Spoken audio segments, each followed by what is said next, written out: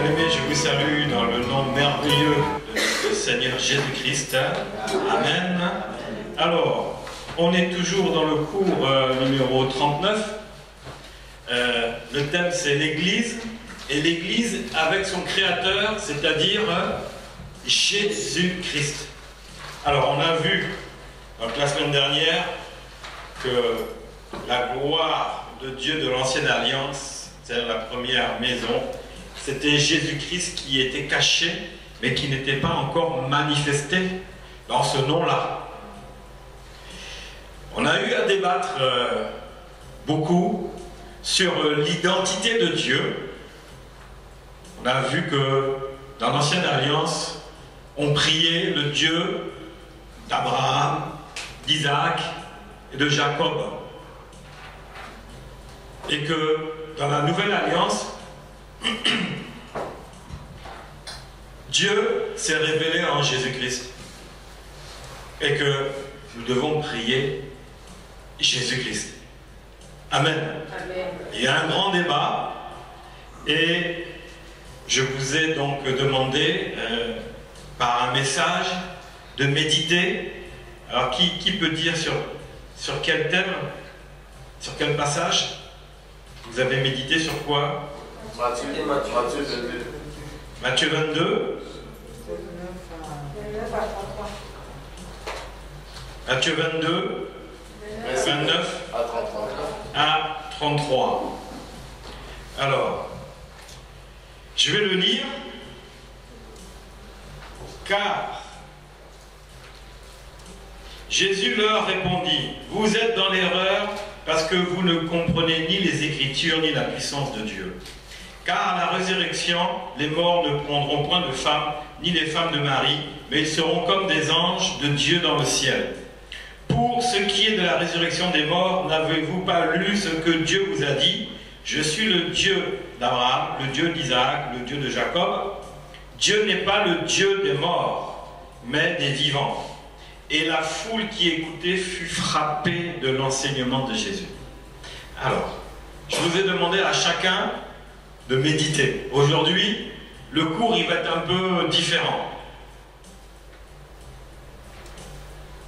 On avait beaucoup débattu mardi dernier. Je vais vous... Alors, on continue dans ce débat. On reprend le débat. Parce que comme la sœur Laure a dit, elle a beaucoup pataugé dans la semoule. Quand elle est rentrée, elle ne savait même plus comment prier.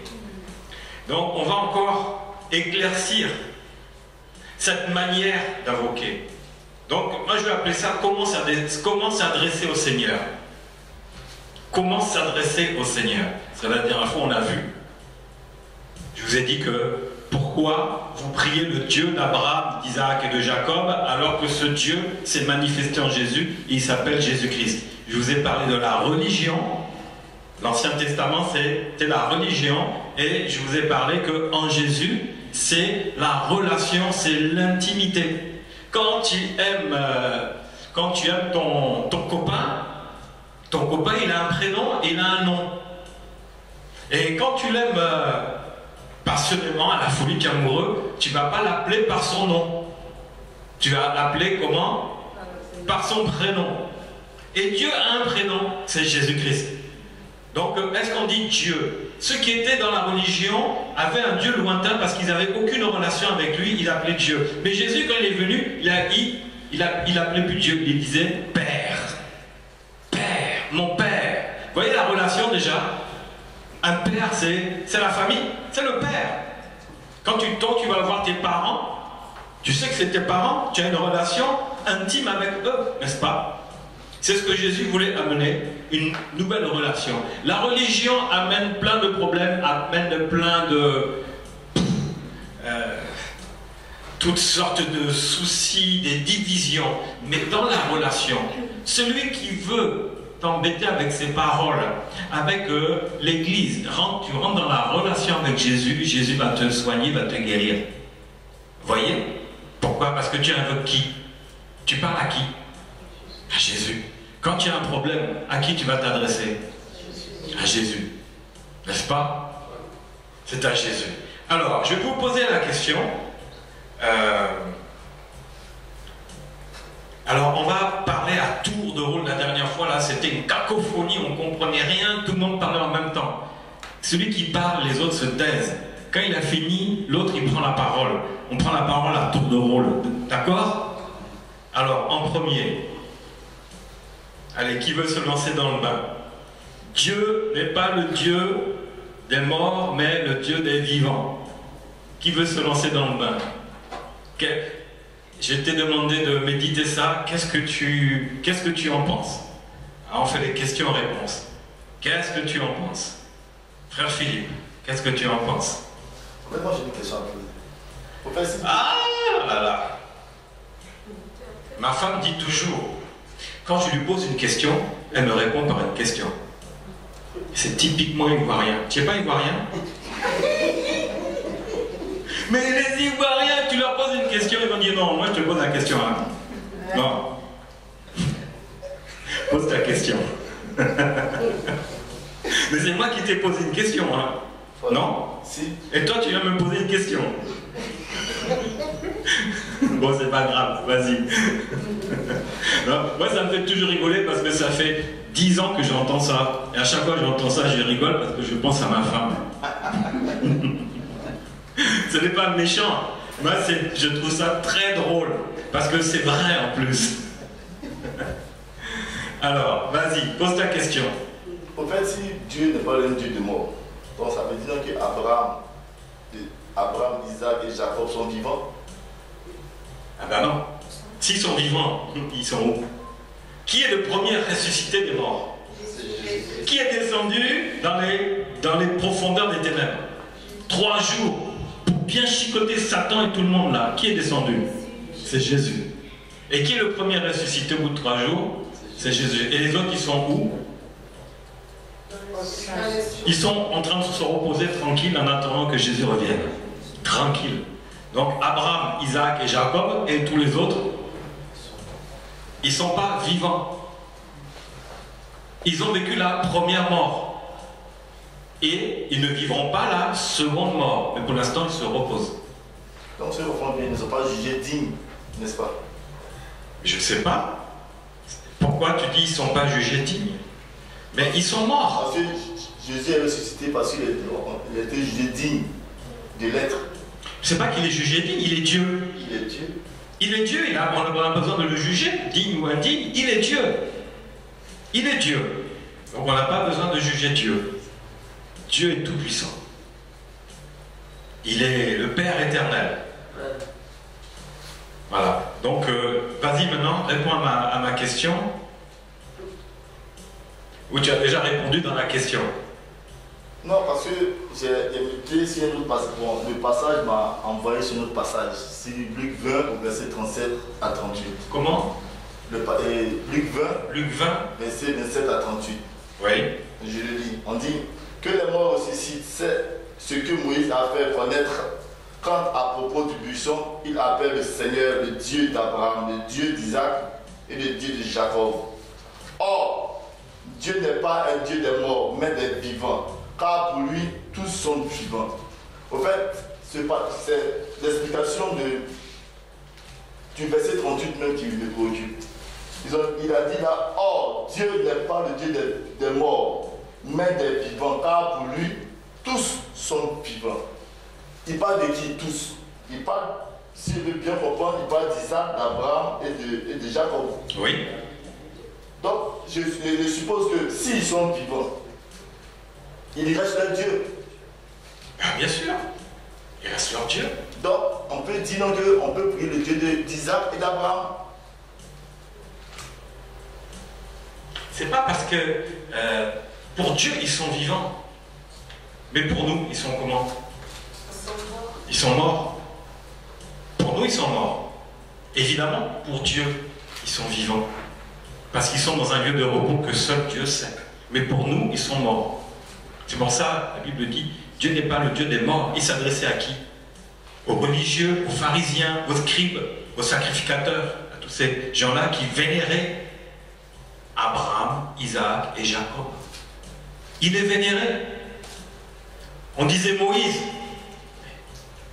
Je suis désolé, mais chez les Juifs, ne touche pas à Moïse. ne touche pas à Abraham. Pourquoi? Ils en ont fait une vénération. Et la Bible dit, Dieu n'est pas le Dieu des morts, mais des vivants. Si vous continuez à parler de ces morts-là, ben vous êtes morts. Tu vois? Non. Non.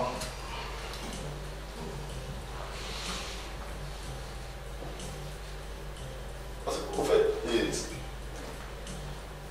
le verset, je veux bien le comprendre, parce qu'il dit, oh Dieu n'est pas le temps. Isaac, Abraham et Jacob sont vivants pour Dieu. Pour Dieu, mais pour nous ils sont morts. Pour nous ils sont morts. C'est tout.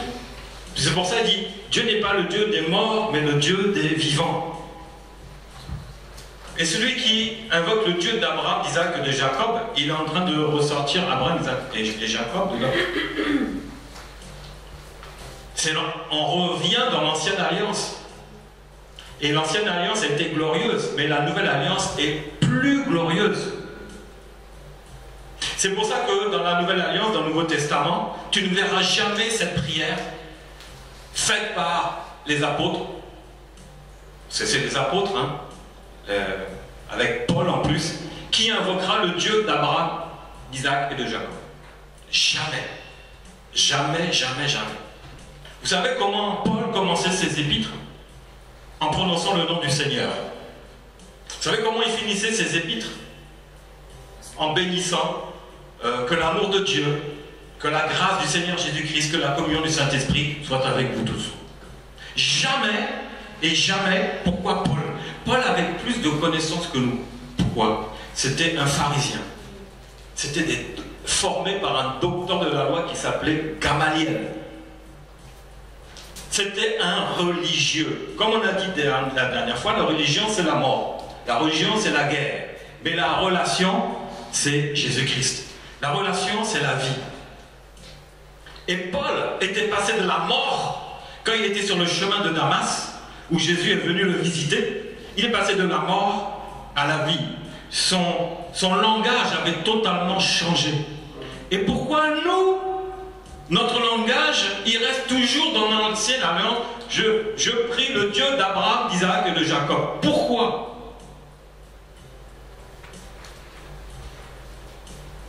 Dieu n'est pas le Dieu des morts, mais il est le Dieu des vivants. Alors, dans ce cas-là, tu veux faire comme Dieu? Voir Abraham, Isaac et Jacob vivants? Mais ça, on n'a pas ça pour nous. On ne peut pas. Parce que celui qui est vivant, c'est Jésus-Christ actuellement. Qui est là? La Bible dit que là où deux ou trois sont assemblés en son nom, qui est au milieu? Jésus. Est-ce que c'est Abraham, Isaac et Jacob qui sont au milieu? Non.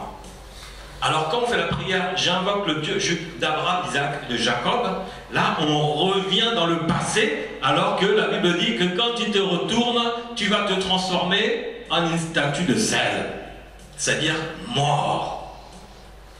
Donc on n'a pas à invoquer de cette manière, mais on a invoqué le nom de Jésus-Christ qui est au-dessus de tout nom. Un seul nom qui a été donné au-dessus de tous les noms. Pourquoi on va chercher des noms inférieurs à Jésus alors que le nom qui est supérieur, c'est Jésus? Jésus est vivant.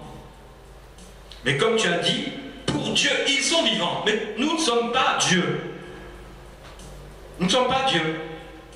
Nous, on ne les voit pas comme ça. La seule personne qu'on voit vivante du passé, c'est Jésus-Christ. Personne d'autre. Donc ce que tu as dit, c'est juste, mais c'est pour Dieu, c'est pas pour toi. Ça appartient à Dieu.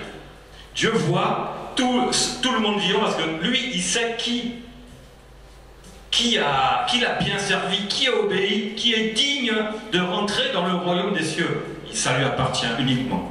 Donc ce que tu as lu là, c'est pour Dieu, ce n'est pas pour nous. Donc, parce que je veux comprendre, c'est Jésus seul qui était le premier ressuscité. Ah oui, bien sûr. Jésus a été le premier à ressusciter. Et Lazare. D'entre les morts. D'entre les morts. Lazare a été ressuscité, mais est-ce qu'il n'est pas mort? Lui, il a vécu 2 fois la mort physique. 2 fois, avec pas de chance. Déjà, mourir une fois, c'est pas drôle, mais lui était ressuscité, mais il est mort. Et il est où? On suppose. On va dire ça comme ça. Il est soit dans le sein d'Abraham, soit dans le séjour des morts. L'un ou l'autre. Nous, on ne sait pas. On ne sait pas. Mais en tous les cas, il n'est plus là. Voilà. Donc, le premier ressuscité d'entre les morts, c'est Jésus-Christ. Parce que Lazare est mort 2 fois. Il y a des cas comme ça. Voilà. Bon, on va... Sœur Laure, qu'est-ce que tu... Bah, toi, tu nous as dit tout à l'heure, tu as compris que c'était la relation. Tu nous as expliqué que c'est la relation qui nous amène à prier Jésus-Christ. C'est ce que tu as expliqué tout à l'heure en disant que Abraham avait sa relation avec Dieu, Isaac et Jacob pareil, que nous, on doit, lorsqu'on entame une relation avec Dieu, on découvre que le nom, ce n'est plus Abraham, Isaac et Jacob, c'est Jésus-Christ. Mais tant qu'on n'a pas encore entamé cette relation, on sera dans Abraham, Isaac et Jacob. La Bible dit,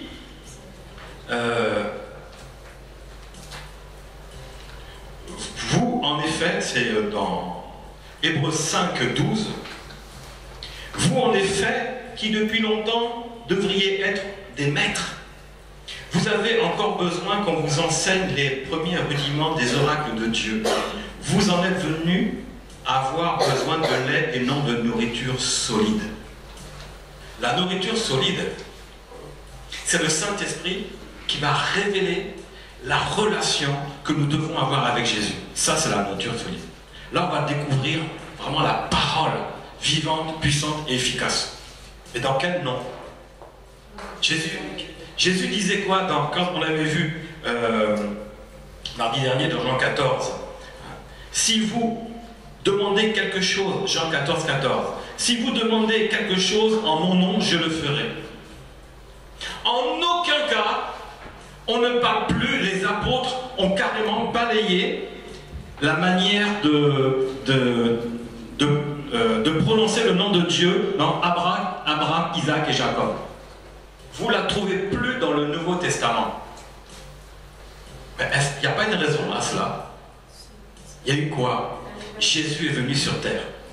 Dieu s'est manifesté en Jésus sur terre. Ils ont vu la gloire de Dieu. Jésus-Christ, la gloire de Dieu. Et la manifestation de la gloire de Dieu. Quand Jésus a dit à Pierre, jette ton filet et suis-moi. Aussitôt, Pierre, sur la parole, il a jeté le filet. Mais pourquoi? Parce qu'il a vu la gloire de Dieu. Il a laissé tomber. Nous, tant qu'on ne laisse pas tomber quelque chose dans notre vie, on ne sera pas avec le Seigneur. Il faut qu'on abandonne quelque chose dans notre vie. Sinon, on va rester dans l'ancienne alliance, alors qu'on dit Jésus, Jésus, Jésus, mais on n'a pas cette relation. C'est Jésus qui va nous guérir, c'est Jésus qui va nous soigner. Lorsqu'on est même attaqué dans l'église, va chez Jésus, il va te guérir. Ce n'est pas Abraham, Isaac, le Dieu d'Abraham, Isaac et Jacob, c'est le Dieu des morts. Prie celui qui est vivant. Il va te faire du bien. Oui. Non, en fait, je voulais ajouter qu'il faut renaître de nouveau. En Jésus, oui. Alors, en Jésus, pour être fils de Dieu réel, pour pouvoir découvrir la relation, c'est naître de nouveau. Voilà. C'est ça qui nous amène dans la relation. Tu n'es pas né de nouveau. Tu vas dire Jésus. Mais Jésus, pour toi, ça sera comme, tu vas dire Dieu d'Abraham, Isaac, de Jacob et de Jésus. Voilà. Ah oui. Alors, Voilà, on va tourner, frère Joseph. Qu'est-ce que... Moi, je n'ai pas eu le temps de méditer ça. J'ai vu le message, mais je n'ai pas eu le temps de méditer. Ah.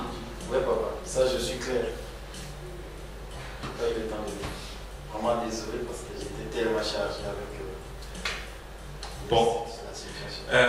Sœur Betty, tu n'étais pas là mardi dernier et tu n'as pas reçu le message. Normal. Frère Julien, on tourne comme ça. Alors, nous t'écoutons. Parle fort. Moi, je n'ai rien à dire, papa. Comment tu n'as rien à dire? Je t'ai envoyé un message pour que tu médites, donc tu dois avoir quelque chose à dire. C'est que ton oui soit oui ou que ton non soit non, mais ne dis pas j'avais rien à dire. Dis ce que tu penses. Ouais. Est-ce que tu es d'accord ou tu n'es pas d'accord? Papa, là, je suis d'accord parce que, en fait, je ne suis pas plus dans le temps de méditer, mais je suis d'accord maintenant vraiment que le Dieu d'Abraham, le Dieu que les gens ils étaient priés dans la Bible, le Dieu d'Abraham, Isaac et Jacob, c'est de suivre Moïse. Ce sont des dieux de mort. Parce que ces gens-là, ils sont déjà passés. C'est pas le Dieu des morts.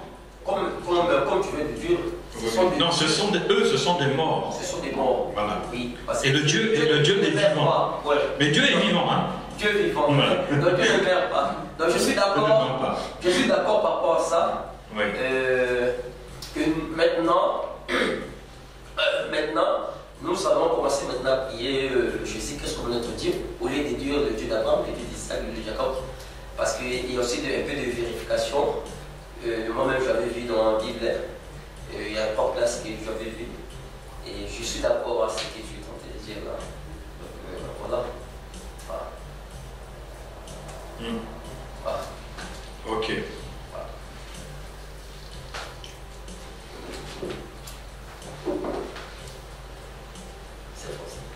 Oui, sœur Francine.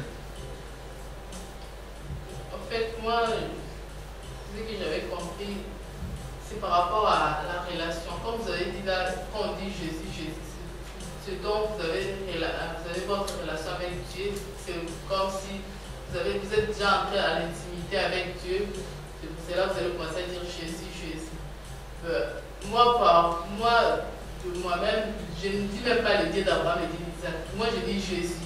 Là, le Dieu d'Abraham et le Dieu d'Isaac, là, il y a d'autres personnes qui invoquent ça pour rappeler seulement les œuvres que Dieu avait fait à Abraham, Jacob, Isaac. Ils n'invoquent pas pour les prier et tout, ils invoquent seulement pour vous démontrer. Comme on peut dire aussi le Dieu de Noël. Quand on dit votre Dieu, c'est pas on prie Noël, on prie le Dieu, votre Dieu là, c'est Jésus. Donc, c'est par rapport à ça, c'est que moi je pense. C'est ça, c'est la relation, c'est l'intimité. Quand tu rentres dans une relation avec Jésus, quand tu rentres dans l'intimité, tu vas vivre Jésus, tu vas parler Jésus, tu vas manger Jésus, tu vas boire Jésus. Bref, Jésus sera partout jusqu'à même toi tu vas fatiguer les gens avec ton Jésus. Ça c'est la relation. Donc il n'y a un seul nom qui va rentrer dans ta vie, et ça c'est la confirmation et la manifestation de la nouvelle naissance, comme Sœur Laure tu as dit, c'est Jésus. Rien d'autre. Moi quand le Saint-Esprit est vraiment rentré dans ma vie, j'ai été né de nouveau, je n'avais plus un seul nom. C'était Jésus. Je fatiguais tout le monde. Jésus par-ci, Jésus par-là. Donc Dieu d'Abraham, d'Isaac et de Jacob, là, c'était même plus envisageable. Parce que j'avais découvert celui qui m'avait sauvé, qui m'avait délivré, qui m'avait redonné la vie. Alors à qui j'allais m'adresser? À Jésus. Quand j'avais un problème, c'est à lui que je m'adressais. Et il m'a amené la solution. Pour moi, il n'y avait que le nom de Jésus qui pouvait faire. C'est la relation. Là, nous sommes dans les cours bibliques sur la Christologie. Donc, je vais vous parler de Christ jusqu'à fatiguer. Christ, c'est la Christologie. Christologie, c'est toute l'histoire de Jésus, mais révélée à celui qui croit et celui qui va commencer à expérimenter cela. Toutes ces paroles-là, je pourrais vous les dire, mais tant qu'on n'expérimente pas, comme tu viens de dire, Sœur Francine, pour toi, c'est évident. C'est-à-dire que tu as expérimenté la relation avec Jésus. Pour toi, il n'y a aucun autre nom qui a été donné sur la terre, au-dessus, sur la terre, dans les cieux, sous la terre, si ce n'est le nom de Jésus-Christ. Lorsque tu expérimentes cela, quel nom d'autre tu vas utiliser? Quel autre nom? Il n'y en a pas. Il n'y en a pas. Ensuite, notre frère, tu avais reçu le message? Non, hein, tu n'as pas reçu le message. Mais c'est bon, je peux intervenir. Ah, amen. Vas-y, que Dieu te bénisse. Parle fort. Ok, moi, ce que je veux dire, voilà, je soutiens d'abord l'idée de la sœur Francine, parce que là, je pense qu'il n'y a pas de doute, la Bible le dit clairement, il y a un seul nom, le nom de Jésus. Là, tout le monde est d'accord sur ce point. Mais néanmoins, je pense que parler de Dieu de Jacob, d'Abraham et d'Isaac, ce n'est pas vraiment prier en citant le nom de... Je prie au nom de Dieu de Jacob. Non. C'est une façon de dire, comme a dit la sœur Francine, qu'on reconnaît que Jésus-Christ étant Dieu, à l'époque, il avait quand même une relation avec Abraham, Jacob et Isaac. Et il a travaillé avec eux. Bon, je reviens à ce que la Bible dit tout à l'heure là. Dieu n'est pas le Dieu des morts. Moi, je pense que cette mort-là, c'est la mort physique. Parce que quand quelqu'un meurt physiquement, il est mort. Mais quand une personne est en relation avec Dieu, quand bien même il est mort, mais il a la vie parce que Dieu est la vie. Quand il vient dans la vie de quelqu'un, il donne la vie. Donc cette personne-là, physiquement, il est mort, mais spirituellement, il vit en Jésus parce que Dieu est en lui. Quand il a reçu Jésus, il a reçu la vie. Donc physiquement, la personne est morte. Mais il vit en Jésus. Donc, parler de Dieu d'Abraham et de Jacob et d'Isaac, ce n'est pas vraiment ce qu'a voulu dire la Bible. Il n'est pas le Dieu des morts. Non, je pense que là, on parle de la mort physique. C'est la mort physique. Oui, quand physiquement la personne est morte, on dit qu'il est mort. Oui. Mais spirituellement, il vit en Jésus. Oui. Mais à qui s'adressait? Jésus s'adressait à qui? Non, c'est-à-dire aux religieux, aux pharisiens qui étaient qui étaient toujours sur Abraham, Isaac, Jacob, des morts. Même s'ils disaient le Dieu d'Abraham, mais eux, ils avaient plus leur tête sur ces trois personnes qui ont fait des grandes choses dans le passé. Non, la différence c'est ça. Parce que quand quelqu'un prie Jésus au nom de Jésus, il voit directement le Dieu lui-même, sa relation avec Jésus-Christ. Oui. Mais quand on évoque, par exemple, le Dieu de Jacob, on voit qu'il y avait une relation aussi avec Jacob, avec Isaac et avec Abraham. Donc, comme c'est la même personne, parce que le Dieu d'Isaac, le Dieu de Jacob et le Dieu d'Abraham, c'est le même Dieu que nous prions aujourd'hui. Parce que la Bible même nous dit, le Dieu là n'a pas changé, il est resté le même. Donc c'est le même Dieu. Bien donc sûr. En réalité, c'est le même. Donc il n'y a pas vraiment de différence. Mais il s'est révélé maintenant en un nom. Oui. Là, c'est plus direct. Quoi. Oui. Et pourquoi Jésus dit priez en mon nom? Justement, c'est ce que... En son nom uniquement. Pourquoi? Pourquoi le Nouveau Testament nous parle jamais je prie le Dieu d'Abraham, d'Isaac et de Jacob? Jamais, jamais, jamais. Dans tous les textes du Nouveau Testament, on ne leur en parle une fois. Une fois. Pourquoi? Parce que Jésus veut nous faire sortir de la religion pour nous amener dans la relation. La religion, c'est tout ce qui existait avant. C'était la première maison. C'était l'ancienne alliance. La relation, c'est la découverte de Dieu manifesté sur terre en Jésus-Christ. Voilà. Dieu, qui avait lu tout à l'heure, Dieu a tant aimé le monde qu'il a envoyé Jésus. Donc, pourquoi pas une seule fois les apôtres? Les apôtres, c'était des juifs. Et l'époque avant, c'était quoi? C'était la Torah. L'Ancien Testament, ça s'appelait la Torah. On invoquait le Dieu d'Abraham, d'Isaac et de Jacob. Mais pourquoi du jour au lendemain, Jésus prend la parole, il commence à dire non, non, je suis le chemin, la vérité, la vie. Nul ne peut venir au Père que par moi. Pas une seule fois. Les 12 apôtres, plus Paul, 13, plus les autres apôtres, Barnabas, etc. Pas une seule fois, ils ont annoncé le Dieu d'Abraham et d'Isaac, de Jacob. Pourquoi? nous, on le fait. Je te pose la question. Pourquoi nous le faisons alors que ce n'est même pas mentionné dans le Nouveau Testament? Pourquoi on en revient dans l'Ancienne Alliance alors qu'on est dans la Nouvelle Alliance? Ma question c'est, pourquoi une relation intime avec Jésus va nous amener à invoquer d'autres noms? On peut parler d'Abraham, d'Isaac et de Jacob comme exemple, comme référence, comme personne à suivre, comme des généraux de la Bible, comme on le dit souvent, des personnes qui ont obéi à Dieu, qui ont servi le Seigneur, et on a vu les résultats. C'est dans ce sens-là que nous devons voir la Bible, voir leur vie, voir leur nom, voir leur comportement, pour que nous fassions la même chose dans l'obéissance, dans la crainte de Dieu.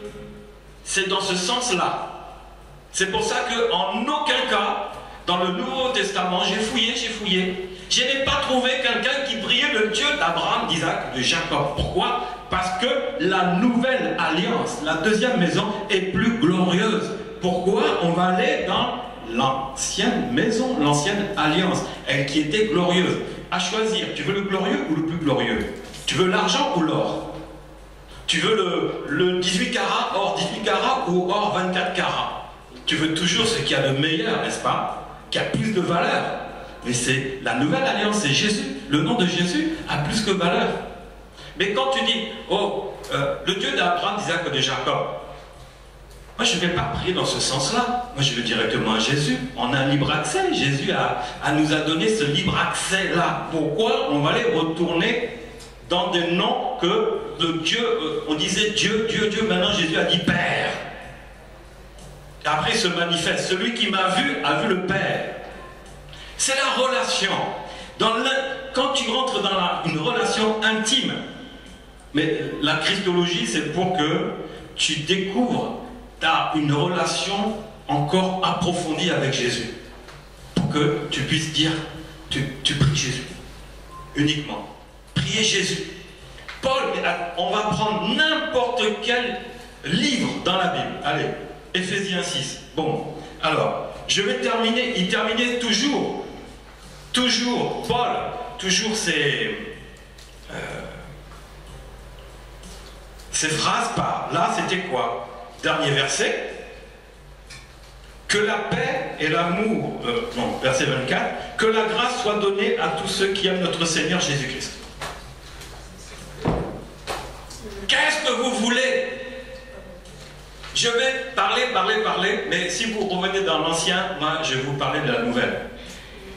D'un amour inaltérable. Ça c'est Éphésiens. Ok. Alors, on va prendre Galates. Allons-y. Dernier verset de Galates. Ça c'est des prières. Hein? Frères, que la grâce de notre Seigneur Jésus-Christ soit avec votre esprit. Amen.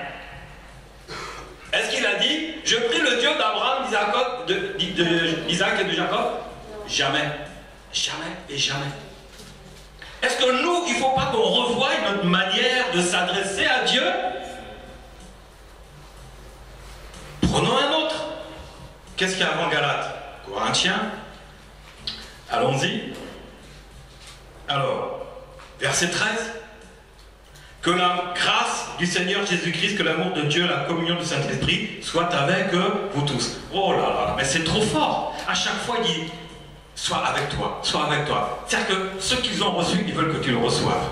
La relation qu'ils ont reçue, la vie qu'ils ont reçue avec Jésus, la marche qu'ils ont avec Jésus, ils veulent te la donner. Et dans quel nom? Jésus. Jésus. Jésus. Uniquement. Uniquement. Prenons encore un autre. Tous. Alors, tous les livres.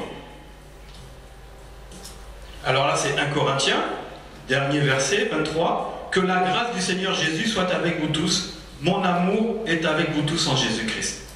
Qu'est-ce que vous voyez là? Dans tout ça, on parle de quoi?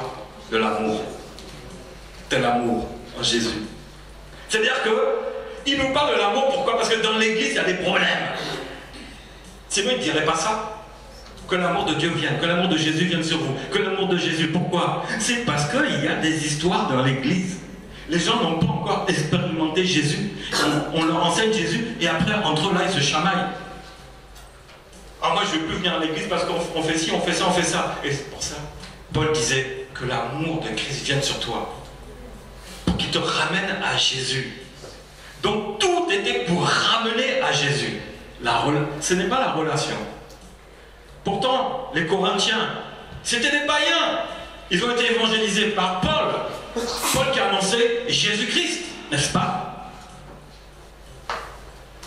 Mais c'était quoi? C'était des religieux, d'autres religions, peut-être qu'il y avait même des juifs dedans. Mais eux, comment ils priaient? Ils ne priaient pas comme ça. C'est pour ça que Paul a mené Jésus dans le cœur de tout le monde. Ben, bien aimé, on n'a pas changé. Nous, pire, la Bible dit, j'ai dit tout à l'heure, on est au lait spirituel alors qu'on doit rentrer dans la nourriture solide. La nourriture solide est dans le nom de Jésus-Christ. Il faut qu'on évolue. C'est-à-dire de découvrir Jésus. Allez, je prends un dernier pour la route. Colossiens, on prend au hasard.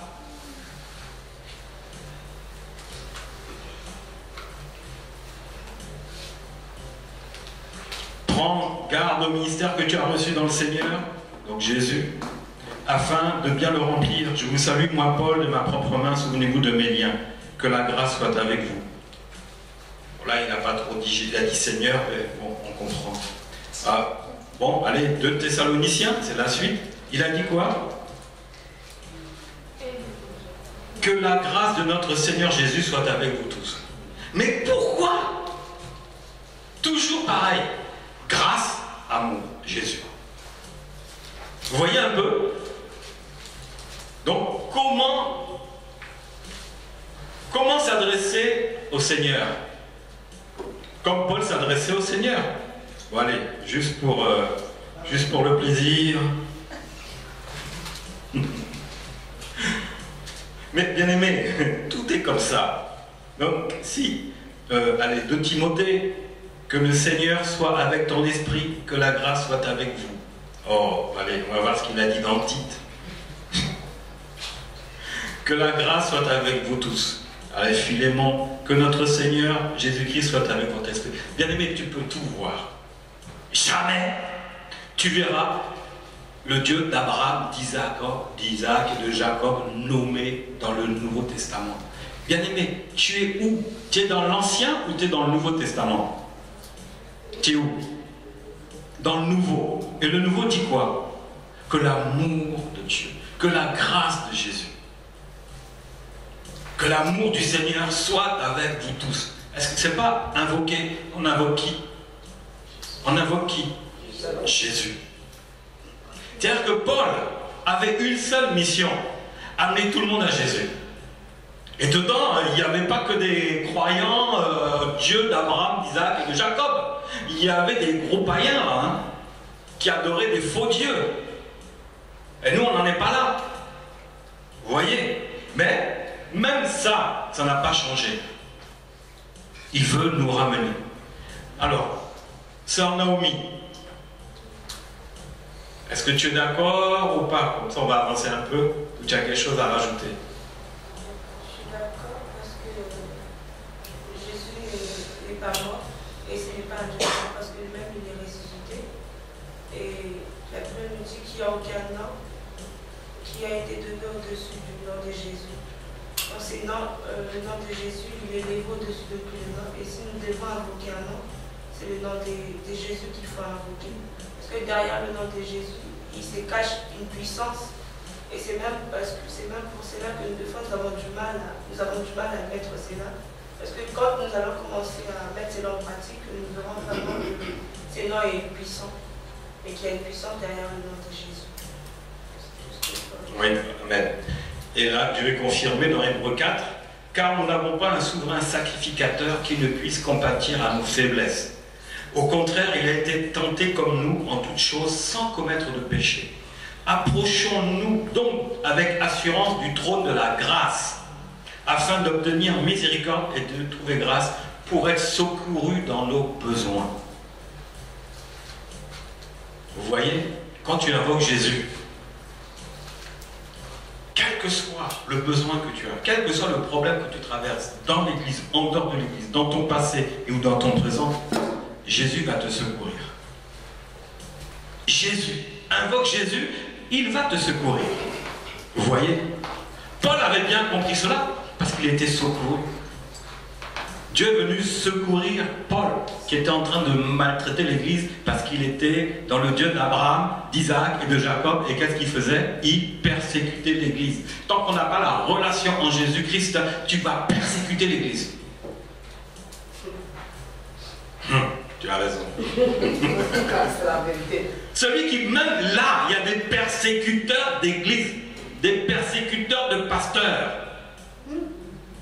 d'apôtres, prophètes, docteurs, évangélistes, des persécuteurs. Pourquoi? Parce que c'est là. Ni plus ni moins. On avance.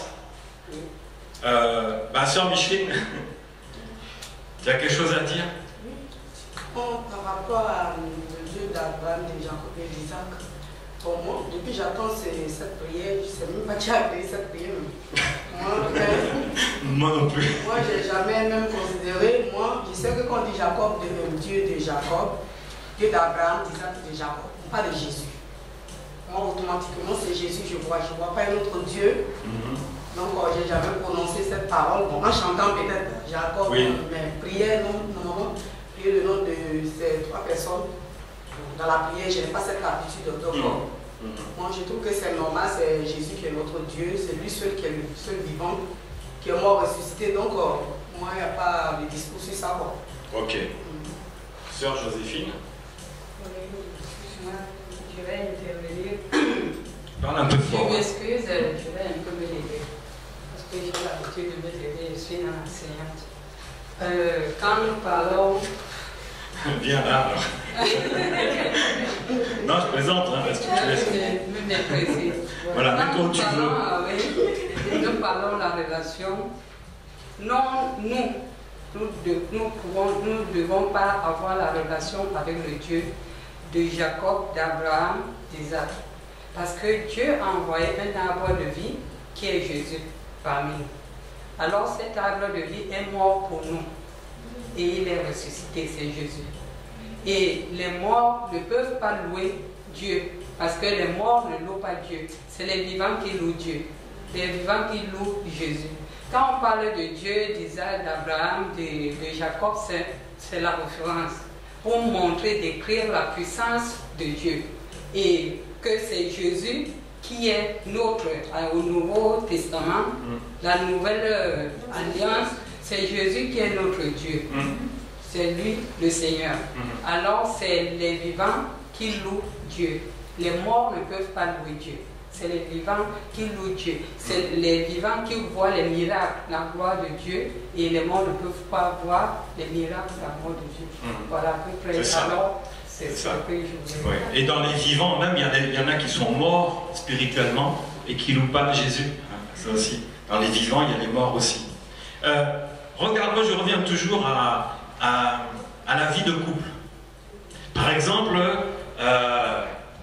un jeune homme a rencontré une jeune femme. Il est fou amoureux d'elle. Donc il vit une relation, elle s'appelle Catherine.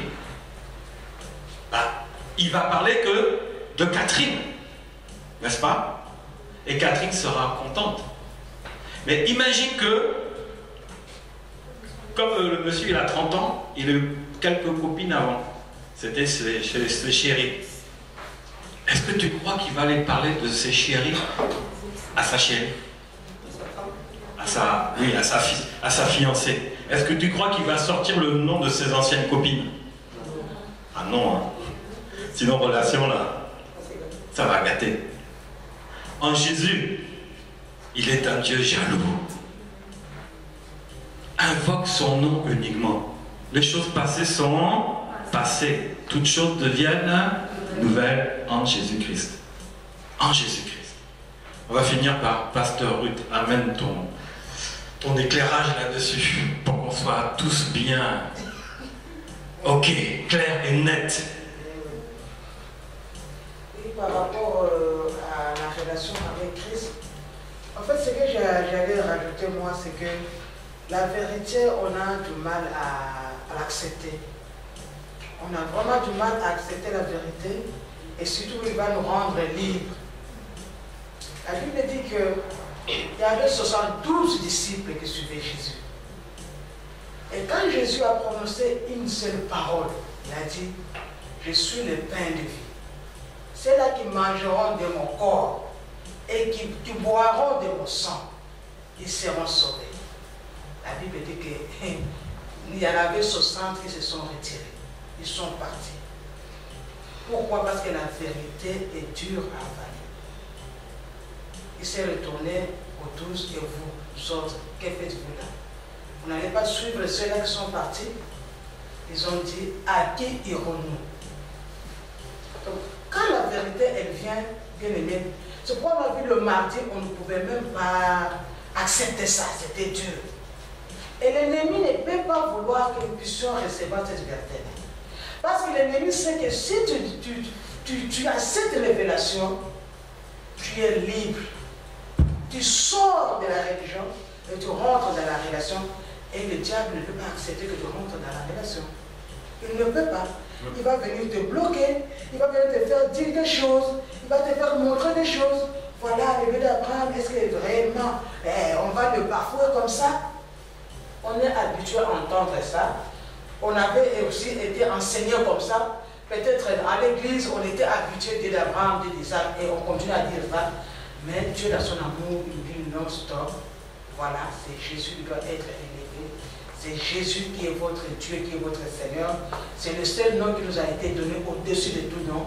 Rentrez dans cette relation-là et je vais me révéler à vous. Donc, que le Saint-Esprit nous fasse grâce. La Bible dit que alors que les enfants d'Israël, ils devraient sortir de l'Égypte, qu'est-ce que Dieu a recommandé à Moïse pour ce peuple? De faire la Pâque, de manger le mouton avec les herbes amères. Les herbes amères. Croyez-vous les herbes amères, c'est facile à avaler? Non. Mais c'est ce qui fait que c'est là où était cachée leur délivrance. Le manger avec les herbes amères. La parole de Dieu, quand elle est vraiment vraie dans sa véracité, elle est amère à avaler. L'ennemi ne peut pas accepter que tu avales ça. Et aujourd'hui, nous avons eu un éclairage, une lumière qui vient maintenant rentrer à nous. Et je pense à partir d'aujourd'hui, parce qu'on a eu le temps, que celui qui n'a pas encore vraiment accepté cette vérité-là, on a encore un peu de temps pour que vraiment ça rentre. Parce qu'en sortant d'ici, que nous puissions savoir que Christ est le seul nom qui nous a été donné. Christ, c'est notre Dieu, c'est notre Seigneur, c'est notre Père, il est tout pour nous. Parce que la Bible dit que c'est en lui. En lui, il y a toute la liberté. Non, papa, il y a quelque chose que vous avez dit. C'est Ephésiens 3,12. Oui. En lui, nous avons par la foi, en lui, la liberté de nous approcher de Dieu avec confiance. Amen. En lui, nous avons la liberté, toute la liberté. Et en lui aussi réside toute la plénitude. Donc il est tout. Il est tout pour nous. Voilà ce que j'allais. Amen. Donc Jésus, bien-aimé, ce n'est pas un Dieu quelconque où on va donner une référence, comme tu as si bien dit, Sœur Joséphine, c'est des références. Mais de la référence, maintenant on voit la réalité. Et il faut savoir que le Dieu compris, il est réel maintenant. Pourquoi? Parce qu'il s'est manifesté. Et plus qu'il s'est manifesté, si tu l'invoques sincèrement, tu le cherches de tout ton cœur, il va se manifester dans ta vie. Et quels que soient les problèmes, comme on a vu, il viendra te secourir dans tes besoins. Même si un frère te fait du mal, mais toi tu vas aller vers qui? Vers Jésus, qui va t'envoyer la consolation, qui va te donner une parole et qui va t'envoyer te réconcilier avec la personne pour que ta marche avec Jésus ne soit pas interrompue par des obstacles. Parce que la religion va te mettre des bâtons dans les roues. Mais la relation avec Jésus va t'enlever ces bâtons dans les roues, il va te soigner, il va te penser, il va te guérir. C'est ça que j'avais dit mardi dernier. Rentrer dans l'intimité avec Jésus, rentrer dans la relation. Et tu n'as utilisé aucun autre nom. C'est aucun autre même prénom. C'est impossible. Pourquoi? Parce que tu l'as peut-être vécu ou peut-être tu le vis. Mais quand tu reçois Jésus-Christ dans ta vie comme Seigneur et comme Sauveur, ta vie ne change pas. Elle change totalement. Tu n'as plus qu'un prénom. Même le nom-prénom de ton mari, ta femme devient secondaire. Et le premier nom qui est au-dessus de tout nom, c'est là que tu vas le vivre dans ta vie. C'est la relation, c'est la communion, c'est vivre ce face-à-face avec ce Dieu qu'on appelle Jésus maintenant. C'est ça qui change tout. C'est ça qu'il faut qu'on prenne l'habitude. Maintenant, Abraham, Isaac et Jacob, tu vas lire. Le Seigneur va t'emmener vers ces hommes de Dieu. Mais ne dis pas le Dieu d'Abraham, d'Isaac et de Jacob. Dans nos prières, j'invoque ou je prie. C'est ça. Le problème, c'est pas Dieu d'Abraham, d'Isaac et de Jacob. C'est je prie et j'invoque, ce qu'on met avant.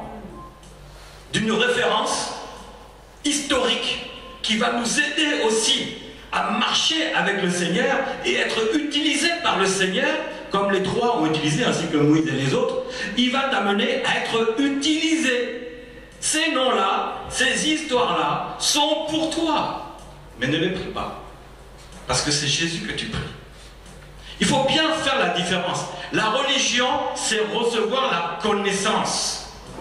Mais la relation, c'est vivre ta vie de tous les jours, à chaque instant avec Jésus. Il va t'amener dans le passé. C'est forcé.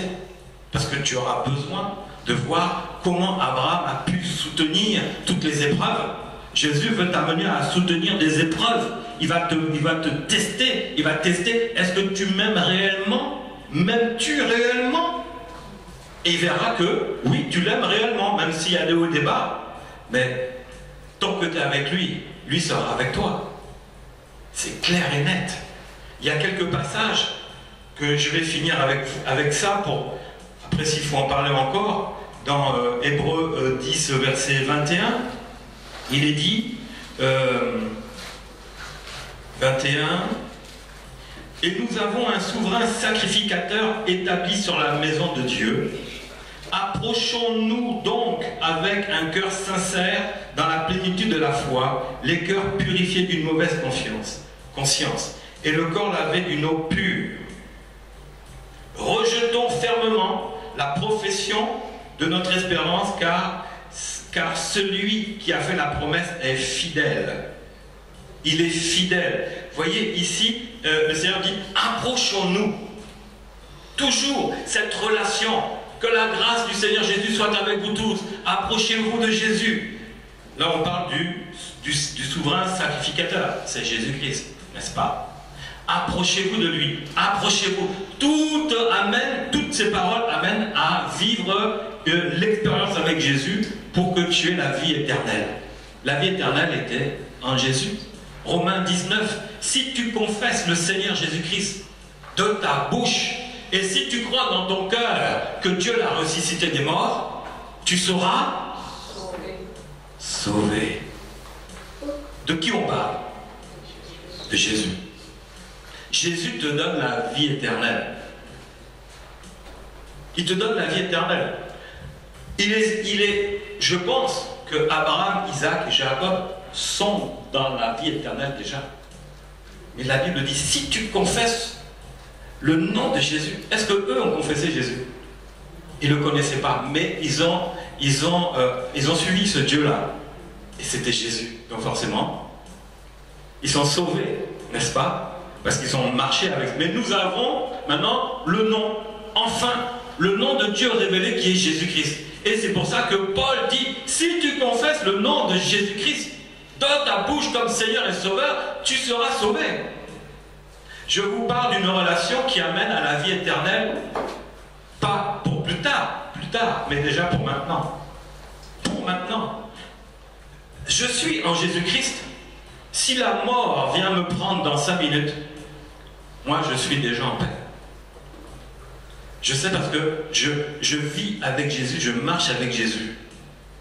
Mais j'ai confessé Jésus, je suis sauvé. J'ai accepté la parole, je me suis fait baptiser d'eau. Baptiser du Saint-Esprit. Mais il n'y a pas de problème là-dessus. Je marche du mieux que je peux dans la sanctification. Si je fais une erreur, si je tombe, je me relève en demandant pardon. Amen. Alors qu'est-ce qui peut m'arriver dans 5 minutes? Je disparais et alors je sais déjà que je vis la vie éternelle, je ne m'inquiète pas de lendemain. Pourquoi? Parce que je suis déjà dans le lendemain. Je suis déjà dans l'éternité. Jésus-Christ est la porte qui t'amène dans l'éternité à l'instant même. C'est ça cette relation. Et tu vas dire quoi? Quoi d'autre? Tu as besoin de rajouter quelque chose. Si tu rajoutes quelque chose, c'est toi-même qui n'es pas encore assis en Jésus-Christ. C'est qu'il n'est pas encore assis en Jésus-Christ. Parce qu'il n'y a que le nom de Jésus-Christ qui a été donné pour te sauver, pour te faire vivre, pour te soigner, pour te guérir, pour te redonner la joie, la paix. Même si on t'attaque, on te fait des mauvaises choses, en dehors de l'église, dans l'église, la paix du Seigneur va venir sur toi, effacer tout cela. Même si tu es tombé, je me relèverai. Mais qui me relève? C'est Jésus. La relation avec Jésus va garantir ta vie éternelle, ta vie présente, ta vie à venir et ta vie éternelle. Souvenez-vous de la parabole que Jésus a dit. Il y avait 10 vierges, 5 sages, 5 folles. Et quand Jésus est venu, il a pris les 5 sages. Les 5 folles sont parties chercher de l'huile, leur lampe s'était éteinte. Mais quand elles sont revenues, Jésus avait fermé la porte. Jésus, Jésus, Jésus. Ah, je ne te connais pas. C'est pour ça que dans ces temps-là, il y aura des pleurs et des grincements de dents. Elle s'est endormie dans Abraham, Isaac et Jacob. Je ne veux pas dire ça, mais dans la religion. Vous comprenez bien, c'est la religion. Et Jésus avait dit pourtant, il y en avait 10 qui étaient sauvés. Les vierges et les nouvelles personnes qui sont sauvées, qui ont reçu Jésus. Elles ont reçu l'onction, tout. Mais 5 se sont endormis dans la religion, 5 sont restés éveillés. Et Jésus vient prendre ceux qui sont éveillés. On doit rester éveillé. La christologie, c'est un mot un peu trop, comment dire, théorique, technique. Mais Jésus n'est pas théorique, il n'est pas technique. Il est réel pour toi. Je vais donner un autre passage, et puis après on va arrêter. 2 Pierre 1,18. 2 Pierre 1,18. Toujours qui va nous parler de la relation avec Jésus. 2 Pierre 1,18. Et nous avons entendu cette voix venant du ciel lorsque nous étions avec lui sur sa sainte montagne.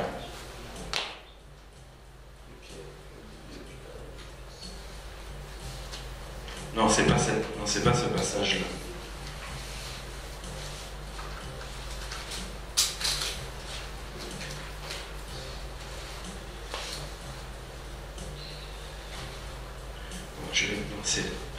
C'est 1 Jean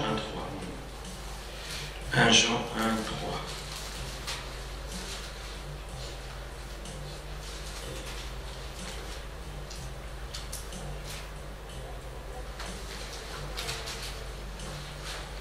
Ce que nous avons vu et entendu, nous vous l'annonçons à vous aussi, afin que vous aussi, vous soyez en communion avec nous. Or, notre communion est avec le Père et avec son Fils Jésus-Christ.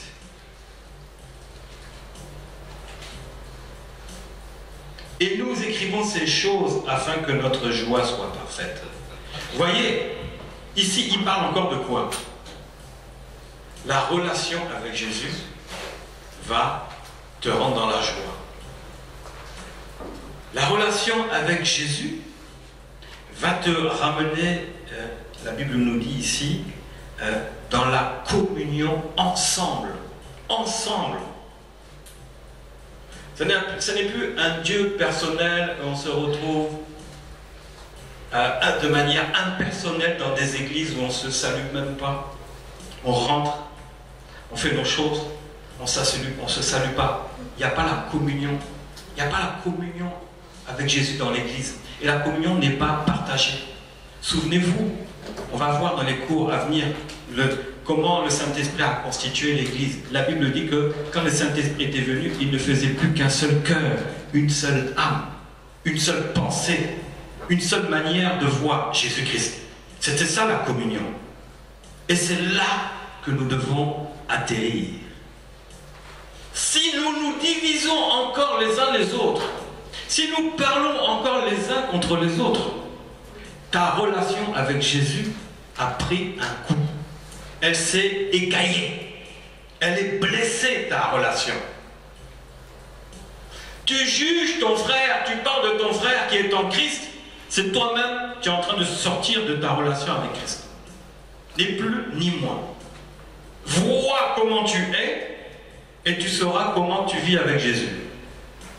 Et Jésus, il va te dire, la communion avec moi et avec aimez-vous les uns les autres comme je vous ai aimé.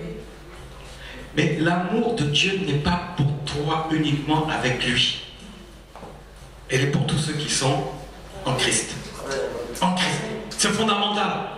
Fondamental. Christ est venu nous réunir ensemble. Il est le berger dans la bergerie et nous sommes les brebis.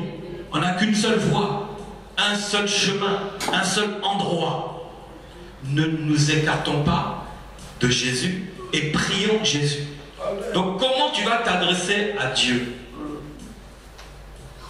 Moi, ma prière, dès que j'ai reçu le salut, je disais quoi? Père éternel. Vous voyez déjà, je disais Dieu Tout-Puissant.